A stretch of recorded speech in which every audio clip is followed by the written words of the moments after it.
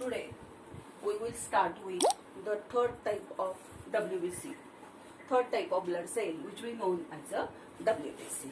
Or that WBC means that is the white blood corpuscles, or they are also known as leukocytes. Now, the total number of that leukocyte is about 5,000 to 11,000 per cubic millimeter. Total number of WBC is 5,000 to 11,000 per cubic millimeter. एका mm च्या cube मध्ये जर आपण पाहायला सुरुवात केली तर त्यांचा नंबर असो 5,000 ते 11,000 WBC पर क्यूबिक मिलीमीटर मध्ये. नाउ देअर स्ट्रक्चर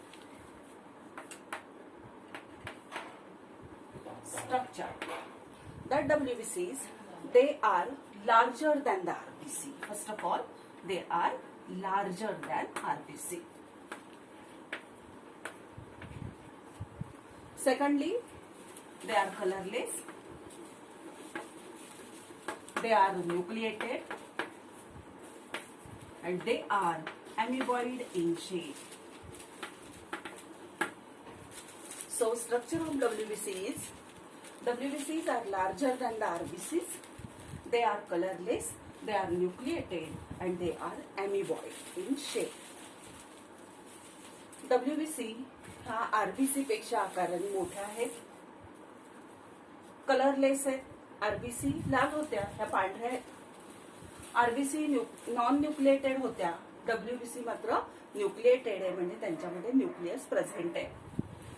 आणि अॅमिबॉइड आहे, किंवा त्याला आपण इरेग्युलर शेप म्हणू शकतो. अमिबा कसा इरेग्युलर शेपचा असतो तसा साधारणतः इरेग्युलर शेपच्या असणाऱ्या अशा ह्या कोण आहेत तर ह्या WBCs आहेत. Now that WBCs they shows the diapedesis. So what is meant by diapedesis? WBC shows diapedesis. What is meant by diapedesis? Diapedesis means because of their amoeboid shape, they can squeeze out through the wall of blood capillaries. That movement of WBC is known as a diapedesis. Because of their amoeboid shape, they can move out or squeeze out through the wall of capillary, that is known as a diapedesis. तर पहा, आताच आपण पाहिलं की WBC ह्या irregular शेपच्या आहेत, amoeba सारख्या शेपच्या WBCs आहेत. आता ह्या अमिबा सारख्या असल्यामुळं त्या कॅपिलरीच्या ब्लड वॉल मधून काय होतात, बाहेर येतात, बाहेर येऊ शकतात. आणि ही बाहेर येण्याची जी प्रोसेस आहे त्याला आपण काय म्हणतो, डायपेडेसिस म्हणतो. आता साधारणतः आपण जर पाहिलं, समजा ही आपली एक ब्लड कॅपिलरी आहे. आता ह्या ब्लड कॅपिलरी मध्ये ही छोटी छोटी ओपनिंग आहेत. आपल्याला माहितीये की ही जी कॅपिलरी आहे आतल्या बाजूला हिच्या असं काय इंडोथिलियमचा सिंगल लेअर असतो आणि ती पोरस असते. म्हणजे साधारणतः 0.1 म्यू ह्या साईजची तिच्यामध्ये ओपनिंग असतात. आणि ह्या RBC, ह्या WBC RBC पेक्षा मोठ्या जरी असल्या तर अमिबॉइड आहेत, इरेग्युलर शेपच्या आहेत. त्यामुळे ह्या एवढ्या होल मधून सुद्धा ही अशी असणारी WBC ही हा आकार घेऊन स्क्वीज आउट होऊन ह्या ब्लड कॅपिलरीच्या बाहेर येऊ शकते. ह्या प्रोसेसला आपण काय म्हणतो तर त्या प्रोसेसला आपण डायपेडेसिस म्हणतो.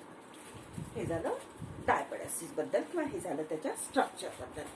आता आपण पुढचा पॉइंट ह्याच्यातला कंप्लीट करणार आहोत. तो म्हणजे काय, तर तो म्हणजे त्याच्यामध्ये असणाऱ्या डिसऑर्डर्स. मग डिसऑर्डर मध्ये कुठल्या कुठल्या डिसऑर्डर आपल्याला पाहिजे, तर डिसऑर्डर मध्ये पहिली डिसऑर्डर आहे ह्याची, ती डिसऑर्डर आहे ल्युकोपेनिया. पहिली डिसऑर्डर कुठली आहे, leukopenia. So we know that the meaning of penia is there is a decrease.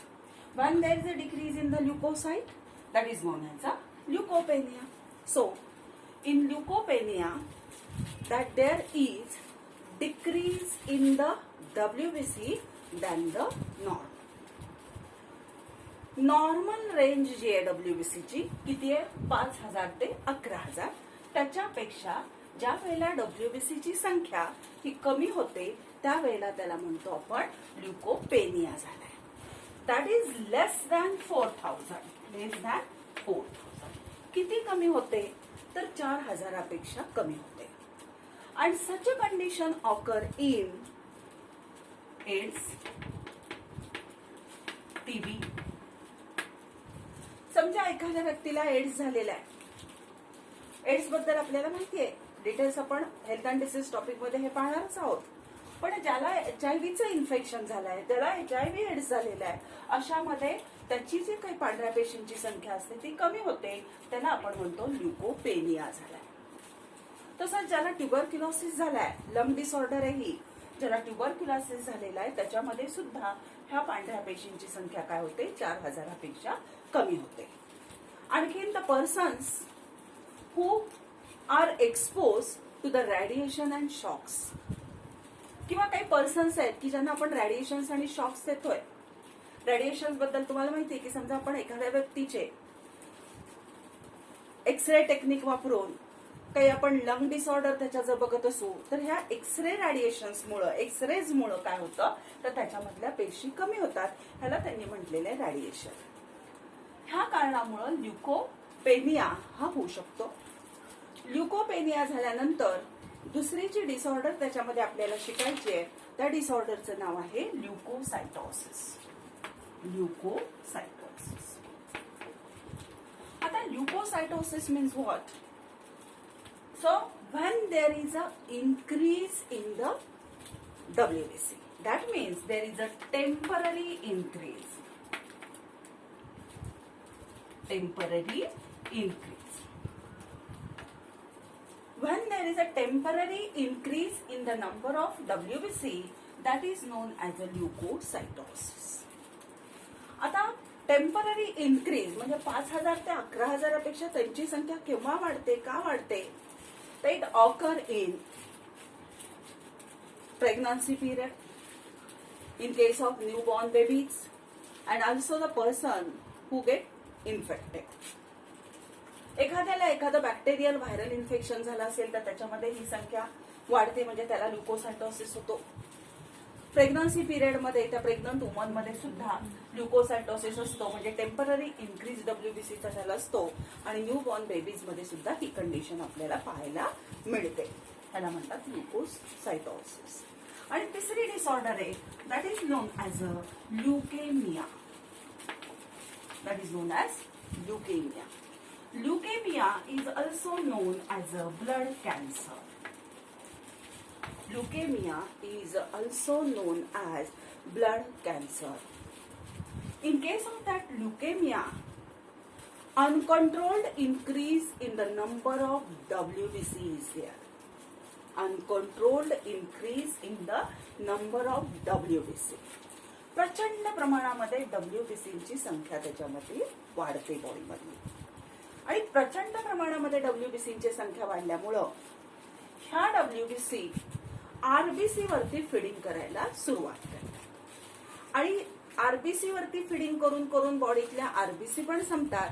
आणि मग अशी कंडिशन येते की त्या WBC पुन्हा WBC वरतीच फीड करतात आणि त्या पर्सनची हा डिसऑर्डर मध्ये डेथ होते. सतत ह्याला ब्लड वगैरे द्यावं लागतं. मग ही जी डिसऑर्डर आहे हिला म्हटलं जातं ल्युकेमिया किंवा ब्लड कॅन्सर. की uncontrol increase in the number of WBC. प्रचंड प्रमाणामध्ये WBC ची संख्या इथं काय होते वाढते.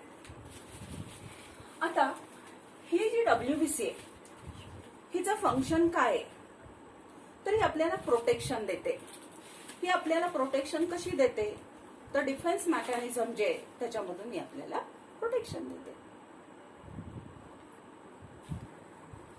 Now the next point is types of WBCs.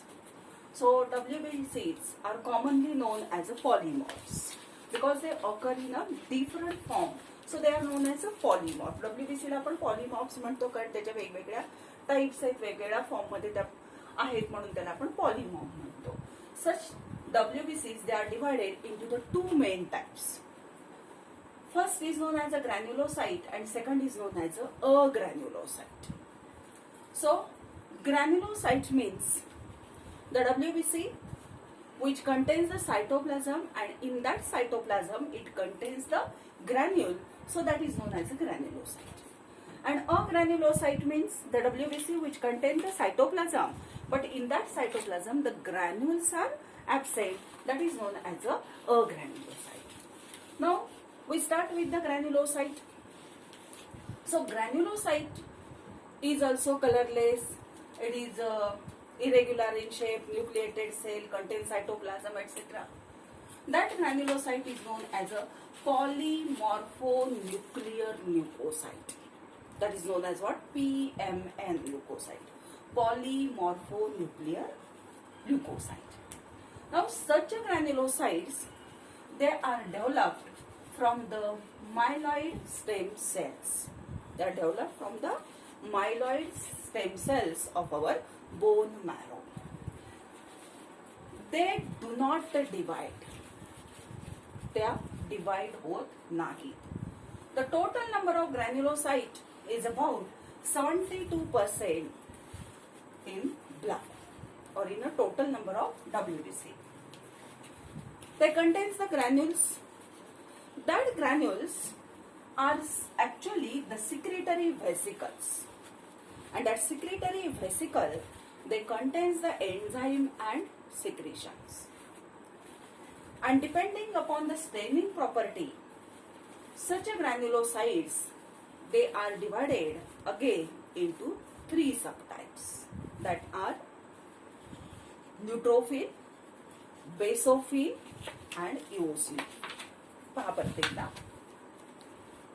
ल्युकोसाइटला आपण WBC म्हणतो. WBCला पॉलीमॉर्फ म्हणतात कारण ते वेगवेगळ्या फॉर्म मध्ये मिळतात. अशा WBCचे मेन 2 प्रकार असतात. एक म्हणजे ग्रॅन्युलोसाइट आणि दुसरा म्हणजे अग्रॅन्युलोसाइट. ग्रॅन्युलोसाइट म्हणजे ज्या सायटोप्लाझम मध्ये ग्रॅन्युल्स प्रेझेंट आहे, आणि अग्रॅन्युलोसाइट म्हणजे ज्याच्या सायटोप्लाझम मध्ये ग्रॅन्युल्स नाही आहेत. असे 2 प्रकार झाले. आता ग्रॅन्युलोसाइटचा आपण पहिल्यांदा अभ्यास करू. मग ग्रॅन्युलोसाइटला आपण पॉलीमॉर्फोन्युक्लियर ल्युकोसाइट असं म्हणतो. It is produce from myeloid stem cell. आता पहा, WBC सुद्धा तयार होत असताना आपल्या बोन मॅरो मध्येच होतात. बोन मॅरो मध्ये स्टेम सेल असतात, आणि ह्या स्टेम मधल्या 2 प्रकार पुन्हा आहेत. एक म्हणजे मायलॉइड आणि दुसरा आहे लिम्फॉइड. मायलॉइड स्टेम सेल पासून ह्या ग्रॅन्युलोसाइट तयार होतात, आणि लिम्फॉइड स्टेम सेल जे असतील त्याच्यापासून ह्या अग्रॅन्युलोसाइट्स तयार होतात. आता ह्या ग्रॅन्युलोसाइटचं वैशिष्ट्य असे आहे की दे डू नॉट डिवाइड. ह्या डिवाइड होऊ शकत नाही. इथे खूप महत्वाचं आहे. and their total number is 72% of total count of WBC. WBC च्या प्रमाणामध्ये 72% कोण प्रेझेंट असतात, तर ग्रॅन्युलोसाइट्स प्रेझेंट असतात. आता आपण पाहिलं की ह्याच्या सायटोप्लाझम मध्ये ग्रॅन्युल्स आहेत. मग ग्रॅन्युल्स म्हणजे काय?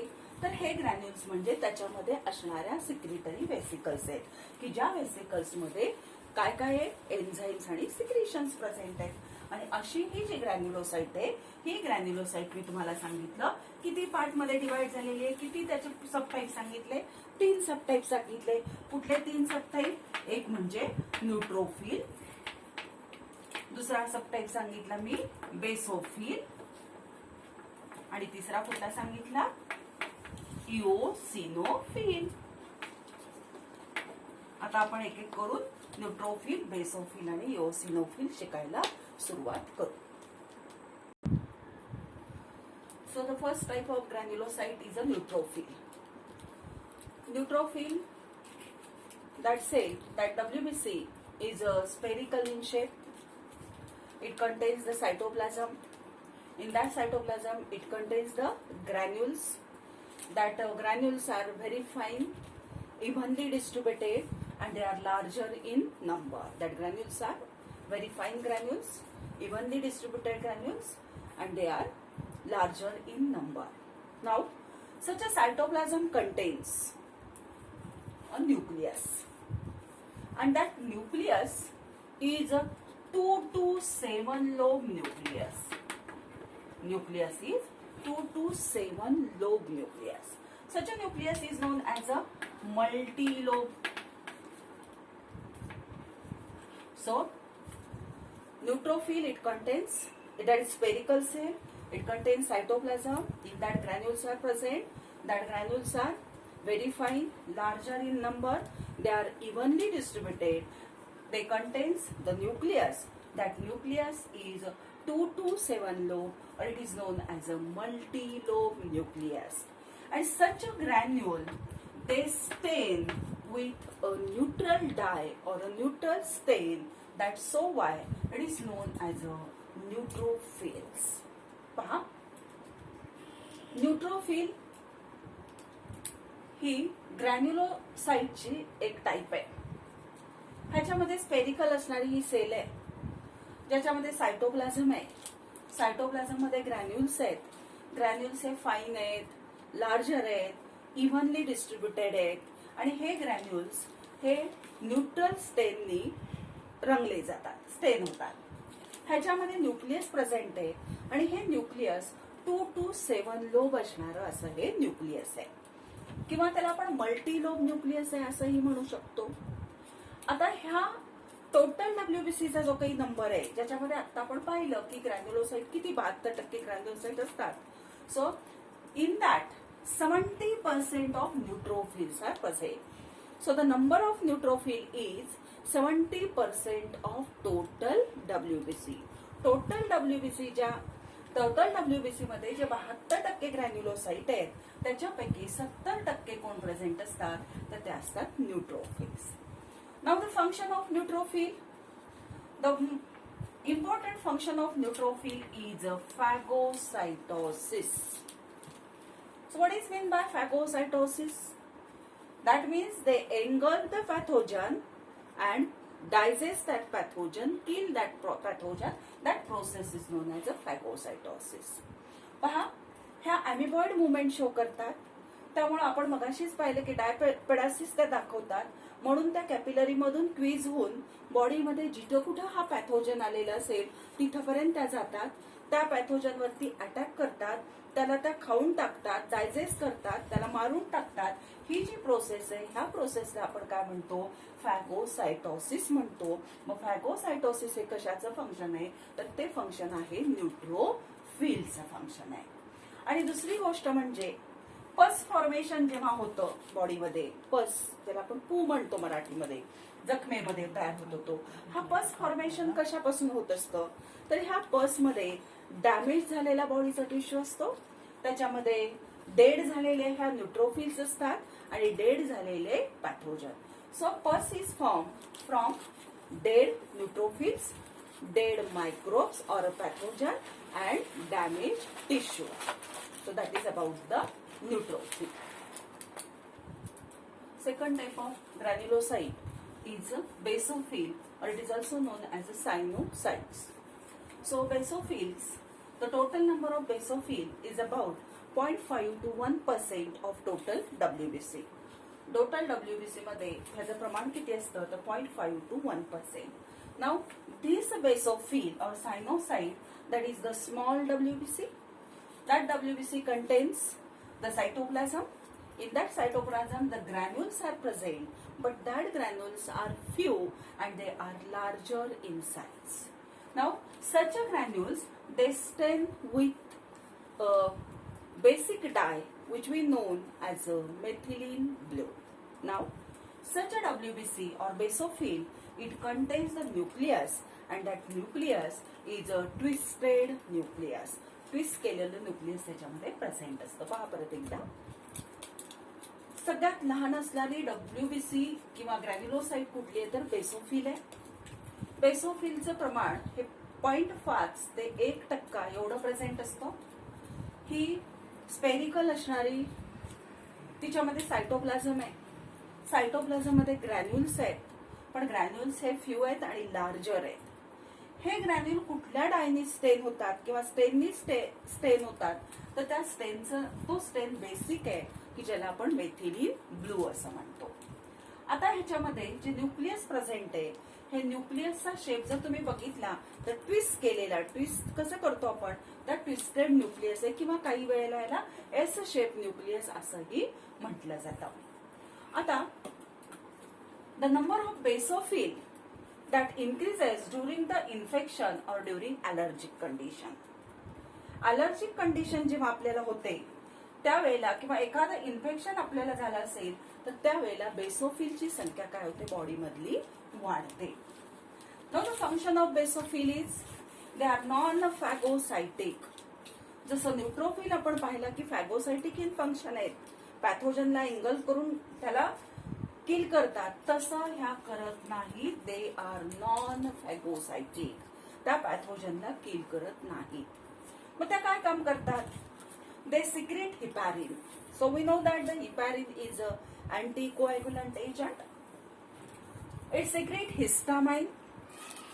हिस्टामाइन लोकल मॅनिफेस्टेशन साठी लागतं आणि सिरोटोनिन. आणि सिरोटोनिन काय काम करतं तर व्हॅसो कॉन्स्ट्रिक्टरचं काम करतं. पहा, ह्या फॅगोसायटिक नाही आहेत फंक्शनला, नॉन फॅगोसायटिक आहेत.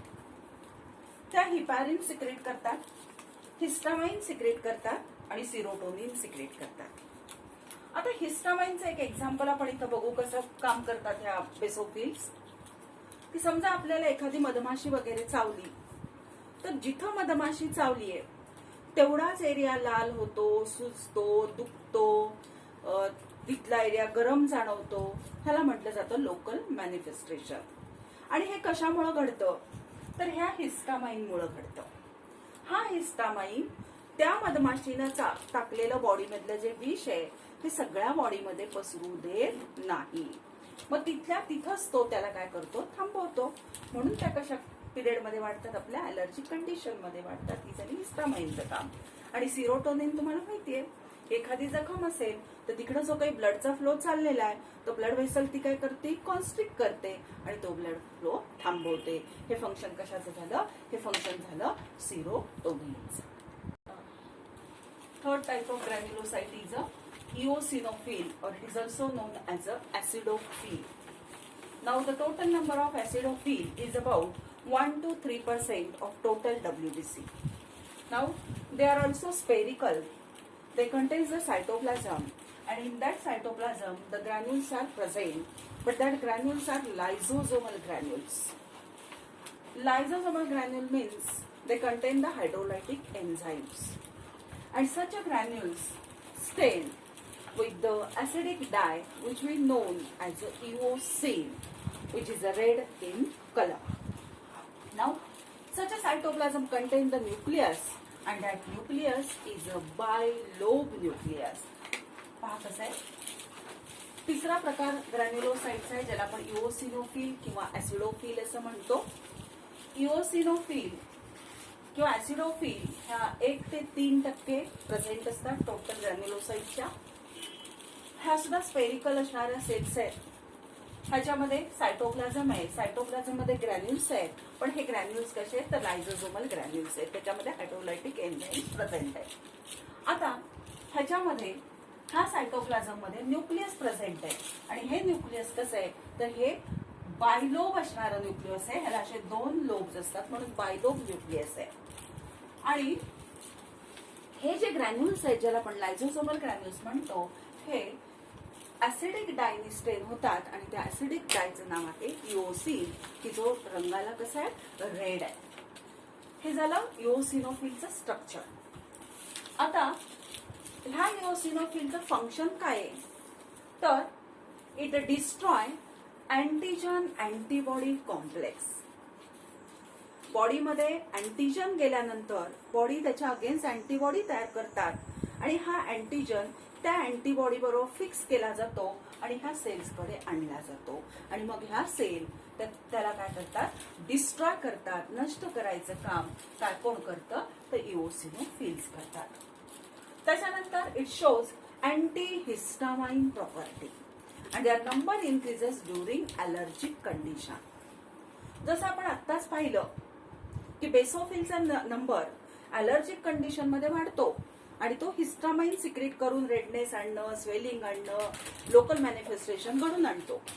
मग ह्या अँटी हिस्टामाइन आहेत. अँटी हिस्टामाइन आहेत म्हणजे ह्या अपोजिट वर्क करणार आहेत बेसोफिलच्या. म्हणजेच हे जे काही रेडनेस, स्वेलिंग वगैरे आणलेलं आहे बेसोफिलनी ती हिस्टामाइनची प्रॉपर्टी झाली. मग त्याला अपोज करून ते कमी करणं, ते स्वेलिंग कमी करणं, रेडनेस कमी करणं हे काम कोण करतं? तर ऍसिडोफिल करतं. म्हणून त्याला आपण म्हणतो anti histamine property. And third one, it produce the antitoxin and helps in the detoxification of our body. समजा आपल्या बॉडीमध्ये काही टॉक्सिक सबस्टन्स असेल, विषारी सबस्टन्स गेलेले असतील, तर ह्या विषारी सबस्टन्सचं डिटॉक्सिफिकेशन करायचं. म्हणजेच अँटीटॉक्सिन तयार करायचं, त्याच्या अगेन्स्ट सबस्टन्स तयार करायचा, त्या विषाला कमी विषारी बनवायचं आणि आपल्या शरीराचं डिटॉक्सिफिकेशन करायचं काम कोण करत असतात? तर ह्याच्यामध्ये असणाऱ्या ह्या ज्या काही इओसिनोफिल्स आहे ह्या ते काम करतात. The second type of leukocyte is a granulocyte, and their total number is about 28%. So these agranulocytes, they are developed from lymphoid stem cells, and they can divide by mitosis. Agranulocytes हा ल्युकोसाइट्सचा दुसरा प्रकार आहे. तिचा total number हा WBC मध्ये 28% असतो. ह्या कशापासून तयार होतात? तर they are develop from the lymphoid stem cell. Bone marrow मध्ये ज्या स्टेम सेल आहेत त्यातल्या लिम्फॉइड स्टेम सेल पासून त्या डिवाइड होतात. And they can divide or they divide by the process of mitosis. मायटॉसिसच्या प्रोसेस मधून त्या काय होऊ शकतात? मल्टिप्लाय करू शकतात, डिवाइड होऊ शकतात. Now such agranulocytes means the cells in which the cytoplasm is present but the granules are absent. Such a granulocyte is again divided into the two subtype. The first is known as a lymphocyte and second is known as a monocyte. अग्रॅन्युलोसाइटचे पुन्हा दोन प्रकार आहेत. एक म्हणजे lymphocyte आहे आणि दुसरा प्रकार आहे त्याचा monocyte. Now this is the lymphocyte. So the lymphocyte, the total number of lymphocyte is about 25 to 30% of total WBCs. Total WBCच्या 25 ते 30% कोण प्रेझेंट असतात? तर ह्या लिम्फोसाइट्स प्रेझेंट असतात. So lymphocytes they are smallest WBCs. सगळ्या आतापर्यंत पाहिलेल्या WBC मध्ये सगळ्यात लहान WBC कोण असेल तर ती असते lymphocyte. So lymphocyte is the smallest WBC. Now that WBC is spherical in shape.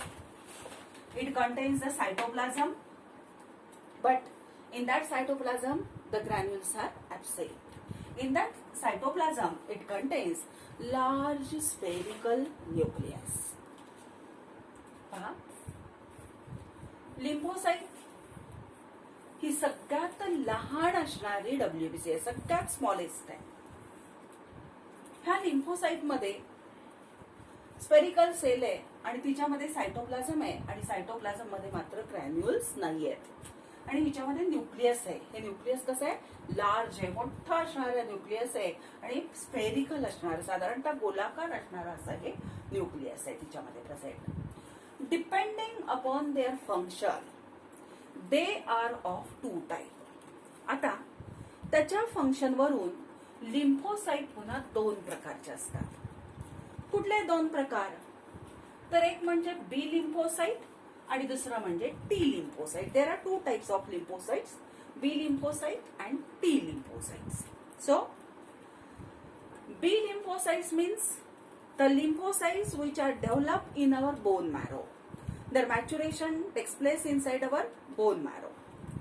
And T lymphocytes means the lymphocytes which are developed in the bone marrow, but for their maturation they goes towards our thymus gland. So thymus gland is an endocrine gland which is present dorsal to our heart. In that thymus gland the maturation of that lymphocyte takes place, so that is known as a T lymphocyte. पहा, function वरून लिम्फोसाइटचे दोन प्रकार आहेत. एक म्हणजे बी lymphocyte आणि दुसरं म्हणजे टी लिम्फोसाइट. आता बी आणि टी असं नाव का दिले आधी क्लिअर करा. लिम्फोसाइट म्हटलं की फॉर्मेशन हे बोन मॅरोतच होणार आहे दोघांचेही, पण काही लिम्फोसाइट फॉर्मेशन बोन मॅरो मध्ये झाल्यानंतर बोन मॅरो मध्येच राहतात, तिचं मॅच्युरेशन होतं आणि त्या बोन मॅरो मध्ये मॅच्युअर झाल्यात, म्हणून त्याला आपण शब्द वापरतो बी लिम्फोसाइट. आणि टी लिम्फोसाइट म्हणजे काय की तयार होताना मात्र बोन मॅरो मध्ये होतात, पण सर्क्युलेटरी सिस्टीम मधून ते आपल्या थायमस ग्लँडला जातात. आता थायमस ग्लँड म्हणजे ही एक एंडोक्राइन ग्लँड आहे की जी ग्लँड आपल्या हार्टच्या डॉर्सल साइडला प्रेझेंट आहे. त्या थायमस ग्लँडला जातात. थायमस ग्लँड मध्ये त्याचं मॅच्युरेशन होतं, मग तो थायमसचा हा टी आहे, म्हणून ह्याला म्हटलं जातं टी लिम्फोसाइट. म्हणजे बी लिम्फोसाइट म्हणजे ज्याचं मॅच्युरेशन बोन मॅरो मध्ये होतं आणि टी लिम्फोसाइट म्हणजे ज्याचं मॅच्युरेशन हे थायमस ग्लँड मध्ये होतं. आता बी लिम्फोसाइटचं फंक्शन काय आहे? So B lymphocytes, they are involved in the humoral immune system or antibody mediated immune system. दोन्हीही सेलचा रोल आपल्या रोगप्रतिकार शक्तीमध्येच आहे, पण ह्यात बी लिम्फोसाइटचा ह्युमोरल इम्युन सिस्टीम मध्ये किंवा त्याला आपण अँटीबॉडी मेडिएटेड इम्युन सिस्टीम मध्ये असं म्हणतो. म्हणजे काय की समजा आपल्या बॉडीमध्ये एखादा पॅथोजन गेला, फॉरेन सबस्टन्स गेले, तर त्यालाही बी लिम्फोसाइट फॅगोसायटोसिस करून कधीही मारत नाही, तर त्याला अपोज करण्यासाठी ती त्याला प्रतिकार करणारं केमिकल तयार करते, ज्याला आपण अँटीबॉडी म्हणतो. म्हणून हिला म्हटलं जातं हिचा रोल अँटीबॉडी फॉर्मेशन मध्ये म्हणजे अँटीबॉडी मेडिएटेड इम्युन सिस्टीम मध्ये. आणि टी लिम्फोसाइट बद्दल बोलायचं म्हटलं तर टी लिम्फोसाइट काय अँटीबॉडी तयार करत नाही, तर ती ज्या वेळेला आपल्या बॉडीमध्ये पॅथोजनची एंट्री होते तर त्यावेळेला ही स्वतःचे क्लोन तयार करते. म्हणजे ह्या टी लिम्फोसाइटचे पुन्हा 4 सबटाईप आहेत. मग ते सबटाईप कुठले? तर त्यातला पहिला आहे हेल्पर टी. पहिला कुठला आहे? Helper T. दुसरा आहे किलर टी. तिसरा टाईप आहे मेमरी टी. आणि चौथ्या सेल्स आहे त्याला म्हणतात सप्रेसर टी. पहा, टी लिम्फोसाइटचा role cell mediated immune system मध्ये. मग ते काय करतं, बॉडीमध्ये पॅथोजनची एंट्री झाली की काय तयार करतं की स्वतःचे सबटाईप तयार करतात. किती सबटाईप आहेत टी लिम्फोसाइटचे? 4 सबटाईप्स आहेत. कुठले कुठले? एक म्हणजे हेल्पर टी सेल, दुसरा म्हणजे किलर टी सेल, तिसरं म्हणजे मेमरी टी सेल आणि चौथं म्हणजे सप्रेसर टी सेल. साधं मिनिंग आहे, हेल्पर टी काहीतरी मदत करते इम्युन सिस्टीमला, किलर टी किल करत असेल, मेमरी टी काय काम करेल? मेमरी ठेवेल हा पॅथोजन आपल्याकडे येऊन गेलाय ह्याची. आणि सप्रेसर टी काय करेल की ही वाढलेली जी काही संख्या असते ही वाढलेली संख्या कमी करण्यासाठी मदत करते. That is about the lymphocytes. Now the second type of granulocyte is known as a monocyte. The total number of monocyte is about 3 to 5% of total WBCs. Now these cells are also spherical. They contain the cytoplasm. In that cytoplasm the granules are absent, and in that cytoplasm the kidney-shaped nucleus is present.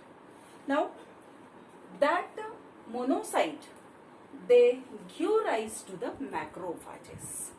And they are phagocytic in function. पहा, monocyte हा अग्रॅन्युलोसाइटचा दुसरा प्रकार आहे. Total WBC मध्ये 3 ते 5% ह्या monocytes असतात. Monocyte ही spherical असणारी सेल आहे जिच्यामध्ये सायटोप्लाझम आहे आणि सायटोप्लाझम मध्ये ग्रॅन्युल्स नाहीयेत. त्याच्यामध्ये लार्ज असणारं किडनी शेपचं न्यूक्लियस आहे. It gives rise to the macrophages. ह्याच्यापासून काय तयार होतात? मॅक्रोफाजेस तयार होतात. आणि ही जी सेल आहे सगळ्यात महत्वाचं म्हणजे it is a largest of WBC.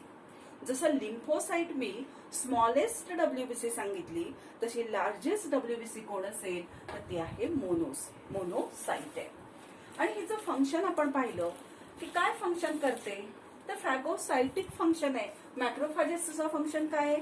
They are phagocytic in function. That means when the pathogen enters inside our body, they attack, these cells attack on that pathogen, engulf that pathogen and digest that pathogen and kill and help in the immunity of our body. मग ह्या काय करतात की ज्या वेळेला एखादा pathogen बॉडीमध्ये गेला तर त्यावेळेला त्या पॅथोजन वरती अटॅक करतात, त्याला स्वतःच्या बॉडीमध्ये घेतात, त्याला डायजेस्ट करतात, किल करतात आणि आपल्याला इम्युनिटीमध्ये मदत करतात. तर हे साधारणतः हे जे 5 टाईप आहेत हे कशाचे आहेत तर हे सगळे आहेत ल्युकोसाइट्सचे. ग्रॅन्युलोसाइट्स मध्ये 3 टाईप आपण बघितले, एक म्हणजे न्यूट्रोफिल, बेसोफिल आणि ऍसिडोफिल. आणि अग्रॅन्युलोसाइटचे 2 टाईप आपण पाहिले, त्यातला पहिला म्हणजे लिम्फोसाइट आणि दुसरा म्हणजे monocyte. That is about the leucocytes.